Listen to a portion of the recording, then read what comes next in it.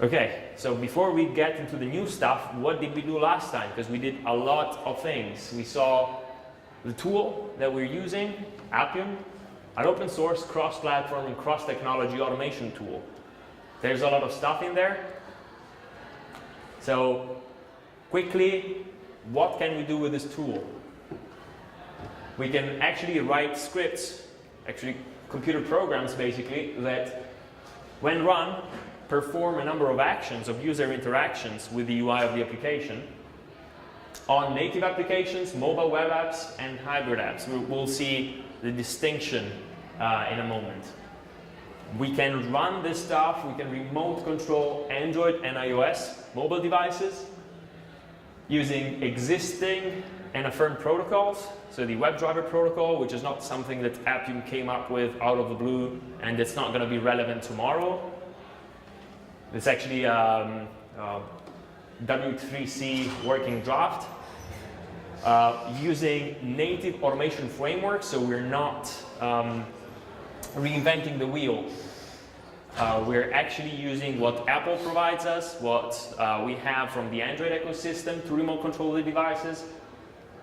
So stuff that is maintained by some of the biggest, most advanced companies out there.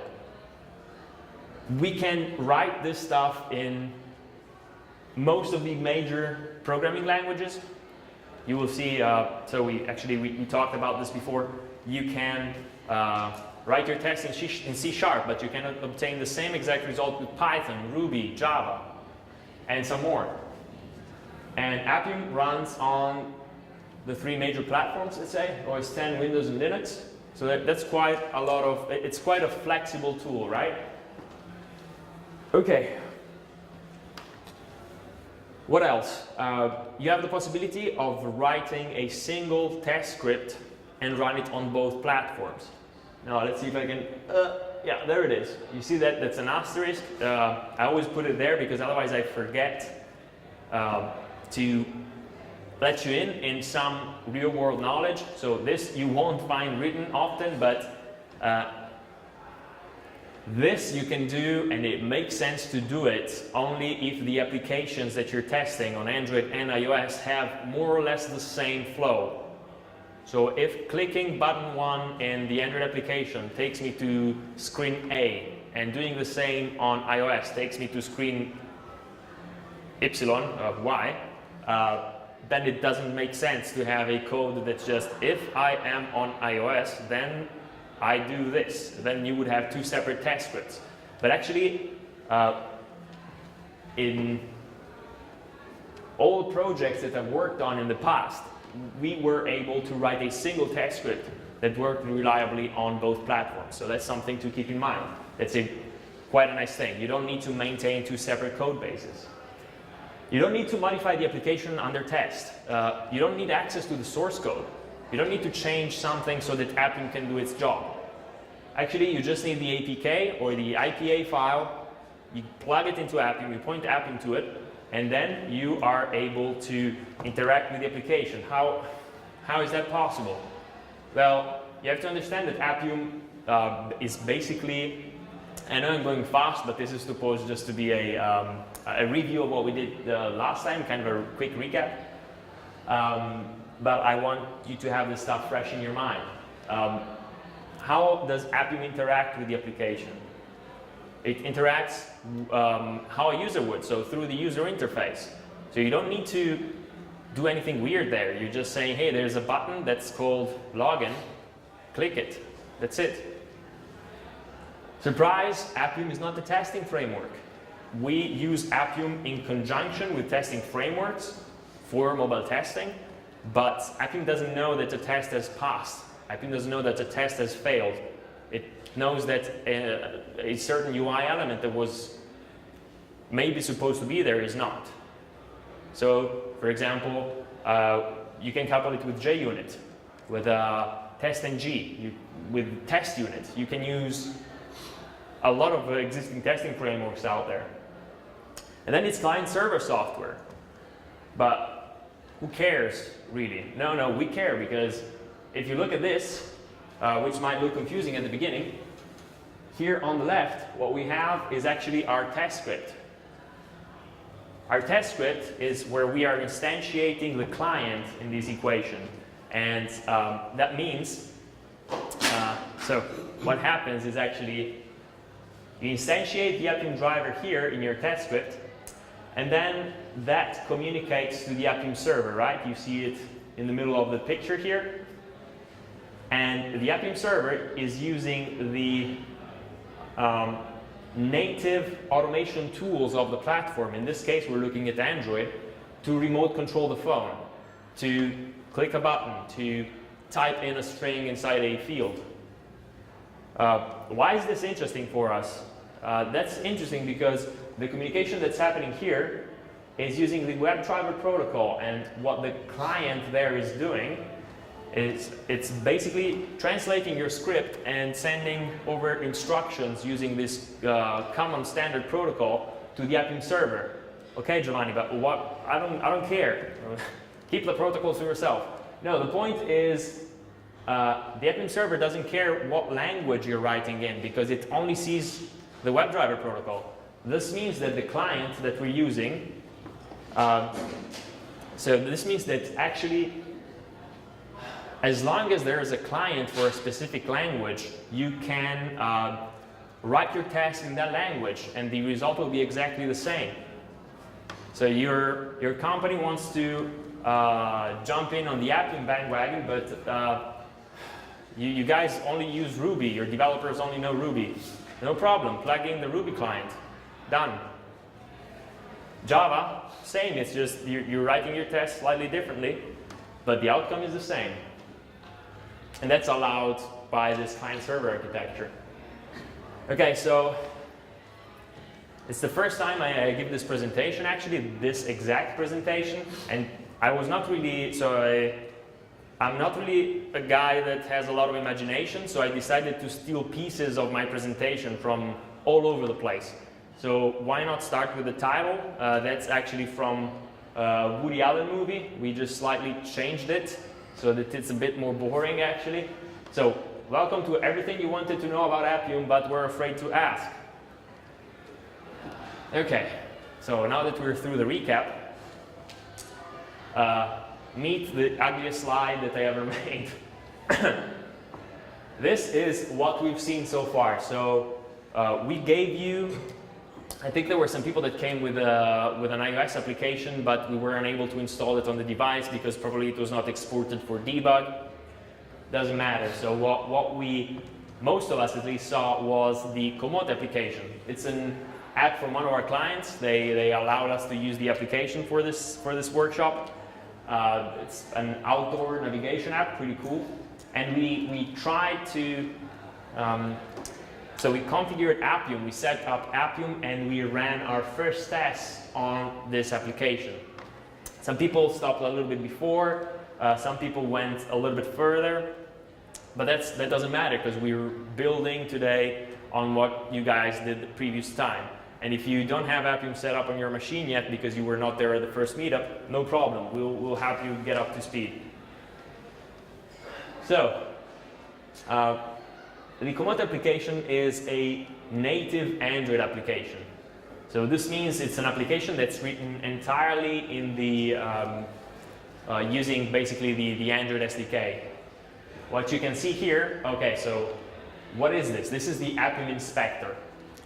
So this is a nice little utility that Appium puts at your disposal so that you can inspect the UI of the application under test. That means you can basically navigate the UI hierarchy. So what you see here on the right is a screenshot of what's going on my phone, so the Komoot application. And by navigating here on the UI hierarchy and just selecting one element, we can see information about it in the central frame. Why do we need information about a UI element? It's easy, right? You remember I said we need to interact with the application through its UI. So in our test script, we'll need to write stuff like find me an element with that ID, right? And when you have the element referenced, then you can interact with it. You can click it. You can, okay? You can click it. You can send some strings into it, and stuff like that. So basically, the everyday interactions that we have with our, I don't have them in my pocket now, with our smartphones.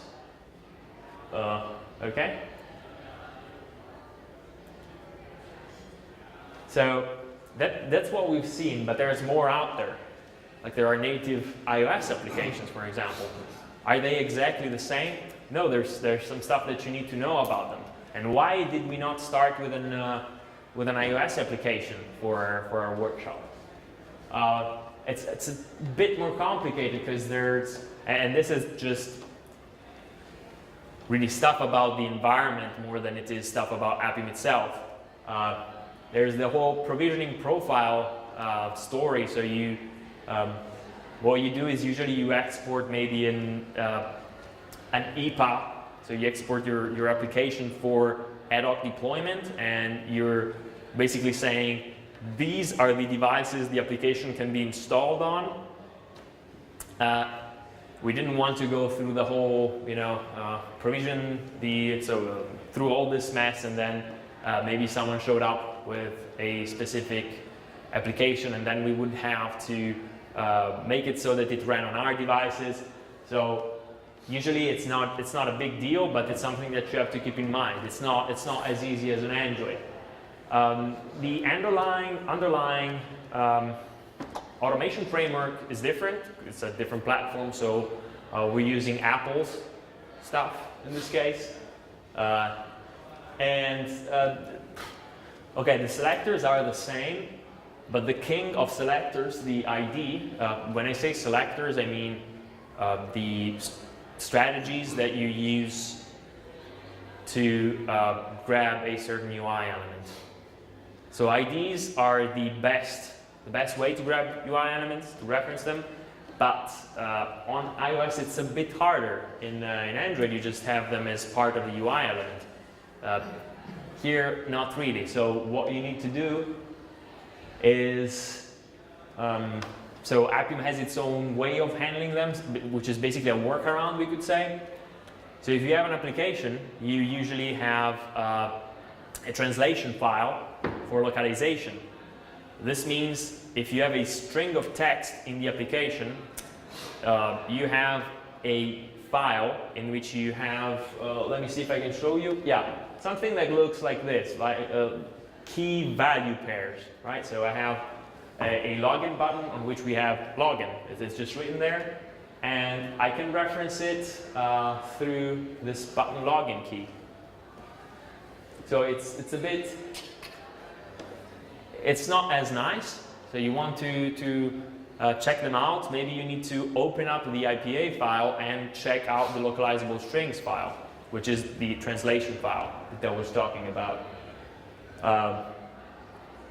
That's not as quick. It can be problematic. Chris back there, who is also going to help you later, also in my team, also knows a lot about Appium. He probably remembers that on one of our latest projects we had an application that really didn't have a standard translation file. Our client was pulling all the strings from the backend, just looking up the locale on the phone, and then everything was done dynamically. There was no localizable strings that we could use, so no IDs for us. Big problem, and I will tell you why in a moment. So also, it can happen that you have a localizable strings file, but what if you're trying to target an element that has no text? Why would it be here? It wouldn't, and it usually isn't, so it's also not nice. So, okay, let's stop for a while and discuss selectors. So, what I want you to know is that not all selectors are created equal. IDs are the best. If you have IDs, always use them. if you don't have IDs, go up to your developers and tell them, hey guys, please give us IDs in this application. It takes you, this is really something that it's kind of interesting, because as a developer, if you write an Android application, it would be good to put IDs on a majority of elements. The point is that if you don't really need to reference the element through its ID anyhow, you just won't take the time. It's useless for you. For them, though, it's 5 seconds to put an ID on an element, and for you as test automation engineers, it's the difference between day and night. So if you have access to the devs, just go there, explain this kindly. Hey, there is this one bulletproof way of referencing a UI element, and you have the power to give it to me, and this changes everything. So keep that in mind. You can use names, accessibility labels.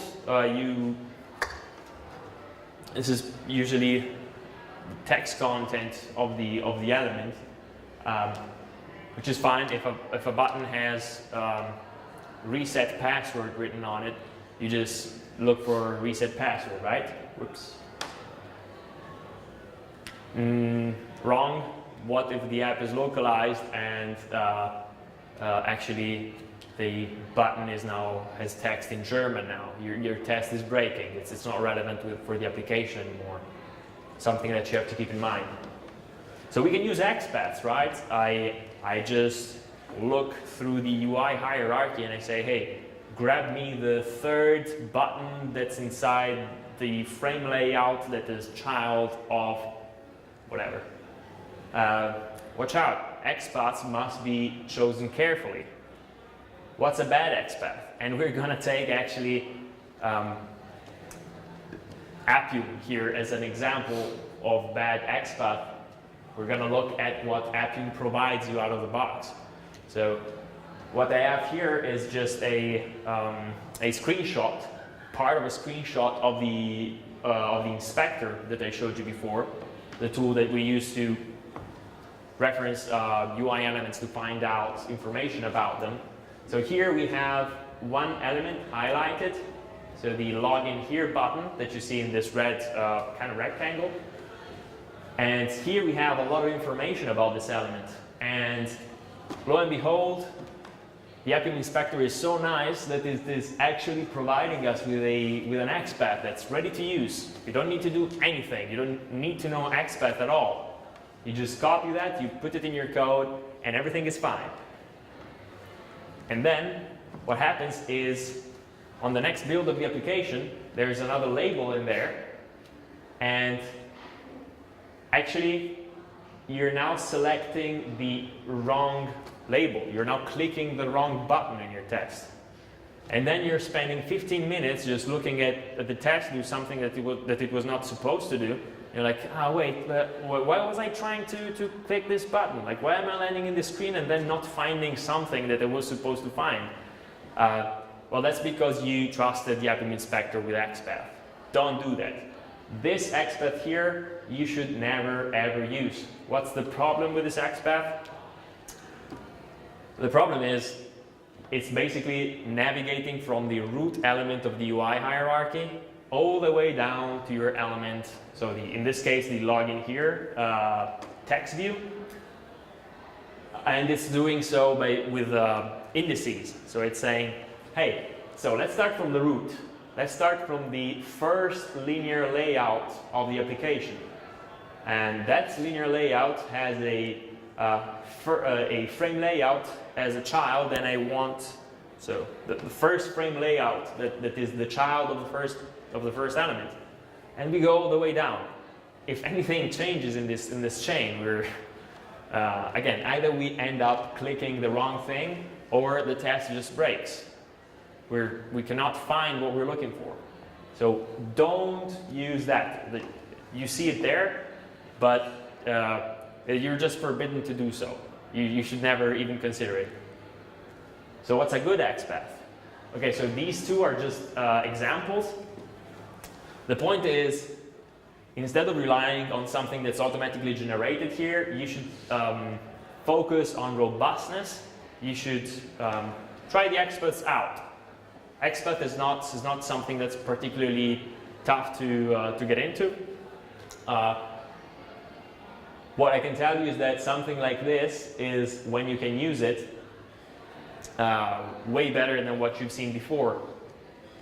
So in general, try to avoid indices, try to keep these short, and play around with them. So how do you do this? Actually, let's go back really quickly to the, no, it's not here. I really like this clicker, by the way. I'm sure I had a picture of the Appium inspector at some point. Oh, there it is. Okay, so there's a button here. Maybe I should lay the clicker down instead and point to it. You don't see it, but it says copy XML. So what you can do is basically get the code that represents the UI structure of what you're seeing. So this screen of the Komoot application. Once you have that, you can just go online and look up. So just go to Google, ask for an Xpath tester. I usually go to xpathtester.com because they give me a lot of money to mention them in meetups. No, actually, it's just the first result on Google, but any Xpath tester that's decently done will work. What you do is you copy the XML from this screen, you paste it there, and then you can try out queries. So how it works is you write a query, and you press test, run, whatever, and you, as a result, you return the UI elements that the query selects. So you might get 0, you might get the one element that you were looking for, you might get 10. So that really is a good way to see what the query actually does.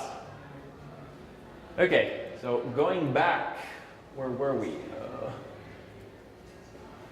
Okay, bad Xpath, good Xpath, and our suggestions. So again, this is real world experience. If you start using Appium, and I really hope you guys will, because it's a powerful piece of technology, and I'm pretty convinced it will become even more powerful in the future. So you will probably end up with slightly different ideas. Yeah, okay, this is a bit different for me. I'm not sure, this kind of didn't work from my experience. Our suggestion is, and I think in the end your judgment will lead you to some place along these lines. Our suggestion is always use IDs when possible. If you have IDs, you don't even need to consider anything else. If you don't have them, go with Xpath. I know already some people who disagree with me. Keep them solid, so check them out. Don't use the trash stuff the garbage that we saw in the Appium inspector. And then names and accessibility labels if localization is not an issue. Keep it in mind. Okay. So we've got different kinds of applications that we can test, right? We were talking about native Android and iOS applications before. There is more in the picture. So we know our native app. It's made with all native components. It's kind of what you've seen. You've seen how it looks like in the inspector, or if you haven't yet, you will see it soon. But there's more to that. What if we want to test a mobile web app? Or a responsive website? The definition here is not super clear, but what if you just want to launch a browser and try out some service that's online? What if you want to test that? You can do that. Then there's the hybrid app, which is another case yet. It's basically the web content that you would find in a web application that is being served to you as a embedded inside a native container. Before you ask me this, I'm going to tell you that there's a reason for that. So why, Giovanni, so how come I just use the web app or the native app? Like why do I need a hybrid app for? Actually, the fact that you're running in a native container kind of allows you the same access to the device systems that a native app allows you. The browser is the browser, so things are a little bit different there. You might not have as much control. So let's start with mobile apps. Mobile web apps. So definition, an application in which the client or user interface runs in a web browser. In our case, it's a mobile web browser. So you open up Chrome or whatever on your phone and you access a web application through there. That's the case. How are they different for us in the scenario of testing with Appium? Well, basically, things are a little bit different.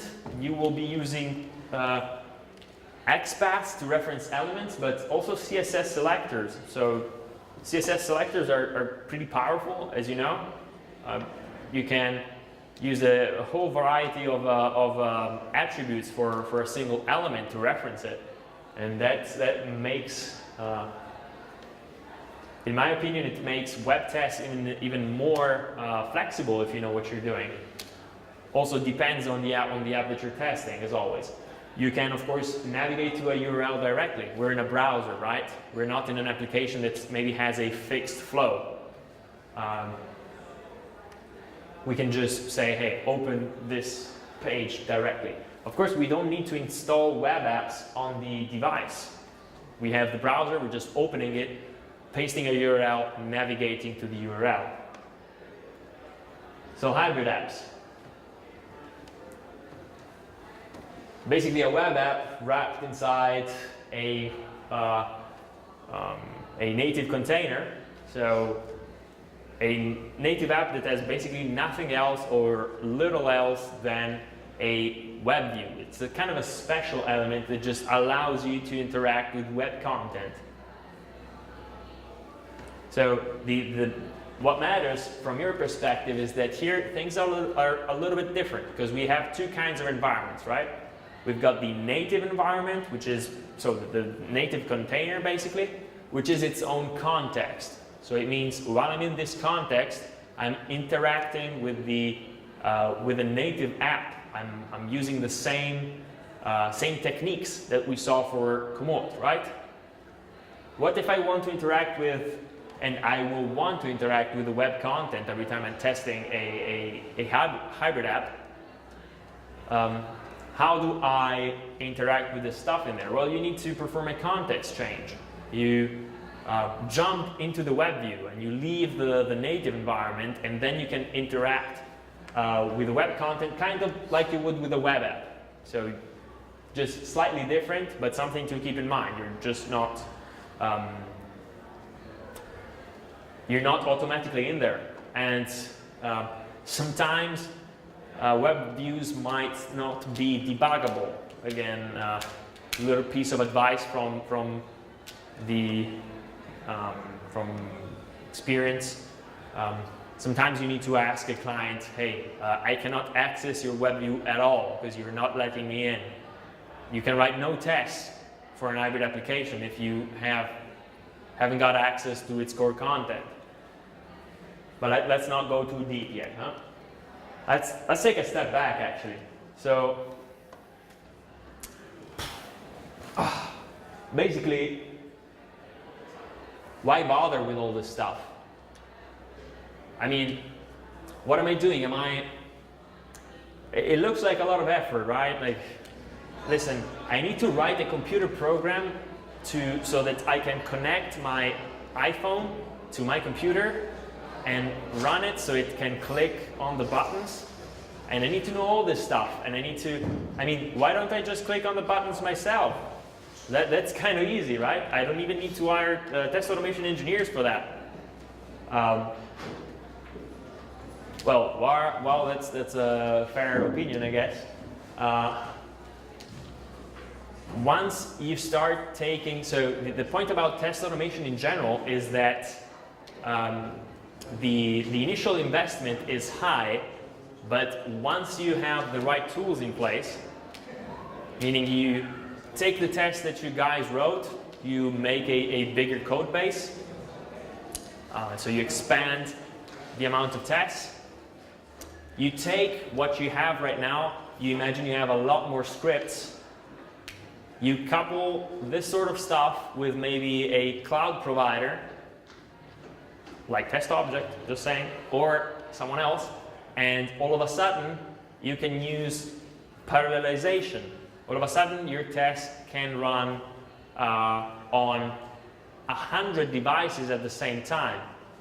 So we're talking about testing in a market in which device fragmentation is huge. Just look at the Android market. There are so many different devices out there. How do we make sure that our app looks and runs fine on all of them? Well, you just try it out on a whole lot of devices. So you put the cloud into the picture. Now you've got parallelization, right? That's also nice, but what am I still clicking the play button in my IDE? That's still kind of weird. Something must be missing from the picture. Well, so in this day and age, we take advantage of continuous integration tools. You have maybe a Jenkins server somewhere, and you decide that you just want to run everything with one click, and you can do that. That's quite easy. So now one click is running all of your tests on 100 devices. But what if I even don't want to do the single click? I'm really lazy. I don't want to click ever. I want it to be completely automatic. Well then, what you can do is you have a pipeline. I say every time you have an application that is being updated very often. That's kind of the case with most major applications. So you've got a bunch of tests, and why do we have these tests, by the way? Let's take 2 steps back. Like, why do we even need tests? Like the login functionality is there, and I've written the login test. It worked, right? But you guys know that we break stuff every time we update something. We update the functionality. We add new functionality. We add a way to log in to Komoot so that we can use Facebook. And then all of a sudden the normal login doesn't work anymore. So how about we just check this stuff every single time? How about we do a little regression testing, right? We want to make sure that the stuff is actually working. So then we have a pipeline so that every time that we're building our application and we're about to release it to the App Store, we check every single time that everything is working. Someone pushes some changes to the repository where all the code is hosted, and we just package it and we run the test automatically on it. We've kind of taken ourselves out of the picture. Now everything is kind of up to the developers and the automated tools that we put in there. So if you thought that after the first meetup you knew 90% about it, think again. There's more and more stuff that we need to think about. So have we really taken ourselves completely out of the picture? Not really, because to stay relevant, to still make sense, to still have value, automated tests need to be maintained. This means if my Komoot application or whatever application changes, my tests have to change with it. If I am looking for a login button that is not there anymore, the test will fail, but maybe the app is completely fine. So we need to evolve the test as the app evolves. And to do that is actually no menial task. But that we'll see actually next time when we will be talking about the page object model, which is a design pattern that is used to write your tests so that they are as robust, as extensible, as readable, as maintainable as possible.